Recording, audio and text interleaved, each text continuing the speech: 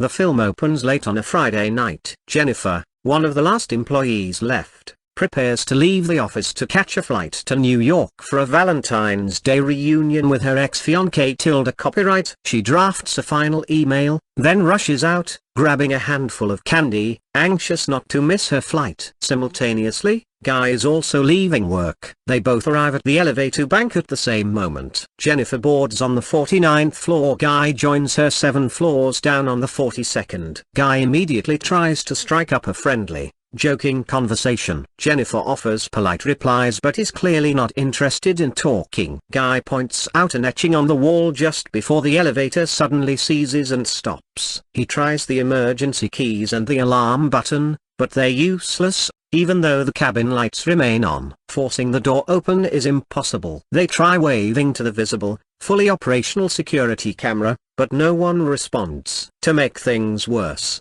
they quickly realize they have no cell service, being 4 stories below ground. Jennifer, panicked about missing her flight, wonders where the building security is. After 15 minutes, their frantic banging and calls for help go unanswered. Guy suggests an escape hatch, and Jennifer, awkwardly climbing onto his shoulders, investigates the ceiling. She hurts her hand banging on the hatch before he lowers her. An hour in, Jennifer accepts the grim truth. Her flight is gone. Guy tries to lighten the mood with jokes, but she responds by cursing her situation. They finally formally introduce themselves and continue the uneasy banter Guy initiated. Since Jennifer's thermos is empty, Guy offers his water bottle, joking they should open the bottle of wine he has. They both find bottle openers in their bags and share a laugh. They don't open the wine, but she accepts his water. Jennifer hands him some of her candy as a consolation, suggesting they should ration their supplies, anticipating they could be trapped until Tuesday.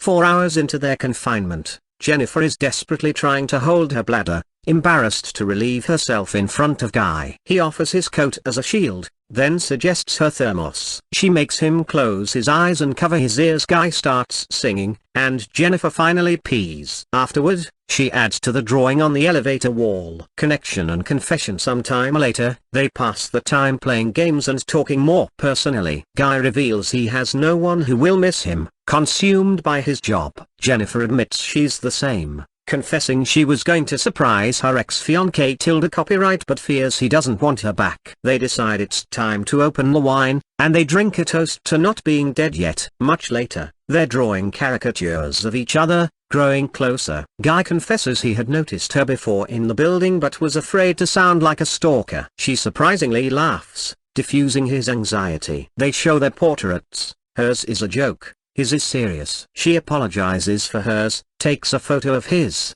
and vows to make it her profile picture if they survive. Hungry, they talk about food until Jennifer makes him change the subject. He lists alternatives, and she chooses to talk about making love. Jennifer takes out her phone camera and asks Guy about the dirtiest place he's had sex. When he gets shy, she shares her story first. A college tryst with an ex-boyfriend in a library. Guy still feels his story isn't interesting and tells her to invent one. He fabricates a story about a hot girl at a work picnic who got drunk and began undressing in his car while he drove. He gets awkward again, admitting he became aroused and had to pull over. Apologizing for crossing a line, he's relieved when Jennifer says it's fine. Guy awkwardly approaches, kisses her, and begins to undress her. They have sex in the elevator. Afterward, Guy confesses he could fall in love with her. Jennifer immediately pulls away. She explains she went to New York to reconcile with her ex, seeing their elevator encounter as fun but casual. She insists her relationship with her ex is real. Guy, however, believes they had a true connection and states her ex doesn't deserve her. Jennifer is furious, reiterating she loves her ex and that when they escape, they'll go back to their separate lives. Guy keeps insisting they're meant to be together and starts crying, feeling alienated despite their close quarters. The truth, a sudden, terrifying change flips within Guy. Jennifer feels it. He starts revealing the truth. He lied about his job and his name. He didn't just notice her, he stalked her every day. He pulls out his phone and shows her a cache of security photos of her, listing the dates and times, and a video of her entering the elevator that night. Jennifer is struck by fear. He confesses he is the building security guard and is enraged that no one, especially her, ever noticed him working the front desk. He boasts he knows her better than her ex and planned the entire night. He produces a key and unblocks the elevator. Jennifer is horrified, promising to call the police and see him rot in jail. He reacts violently, grabbing her. As they struggle, Jennifer flails her legs and breaks the key. They continue to fight, and she knocks him out with her shoe. She checks on him, fearing she killed him, but he suddenly lunges up, tackling her. Both fall unconscious. Jennifer wakes up first, finding them both still trapped. She demands to know why he did this. He explains he wanted to isolate her so they could connect on a human level, claiming they had an entire relationship trapped in the elevator. Jennifer insists he won't get away with it, certain someone will free them. He reveals he took all the shifts for the extended weekend. The other two guards won't return until Tuesday. Jennifer asks what he plans to do next. He chillingly states he'd rather kill her than go back to prison. Jennifer snaps, telling him he kidnapped her, sending him into a rage spiral. Calming down, he going to die. She reaches the door and screams for help, but he grabs her, hurls them both back down the shaft into the elevator, and they fall unconscious again.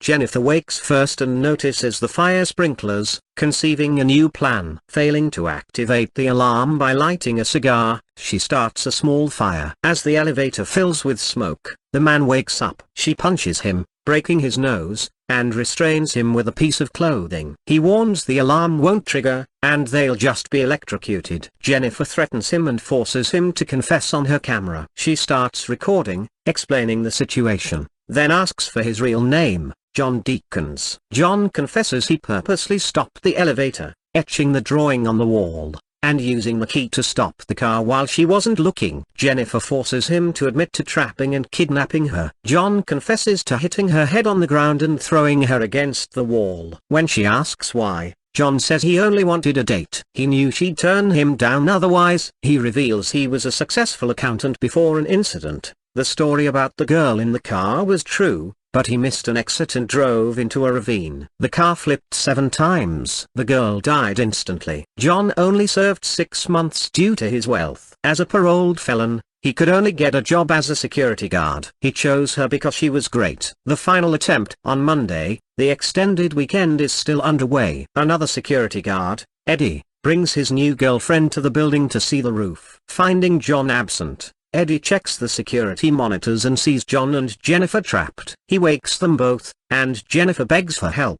Eddie tells her he's coming down while his girlfriend falls asleep on the couch. Eddie arrives and pulls the doors open with a crowbar. As Jennifer tries to escape, he steps away to open the doors wider. John suddenly knocks Jennifer unconscious. He tells Eddie he's coming out, but John takes the key, claiming it still doesn't work. Eddie climbs in to help, but John, already inside, hits the power and slices Eddie in half as the elevator moves. John knocks Jennifer out again, puts her in his car trunk, and returns to the building to dispose of Eddie's body and clothes. He cleans up, puts on his uniform, and deletes all security footage. Eddie's girlfriend wakes up. John kills her, too, and drops her down the shaft. John drives to a secluded location to dispose of Jennifer, pouring gasoline into a dumpster. Before opening the trunk, he tells her he still likes her, regretful they couldn't be together. Jennifer, who has been feigning death, waits. When John steps toward the dumpster,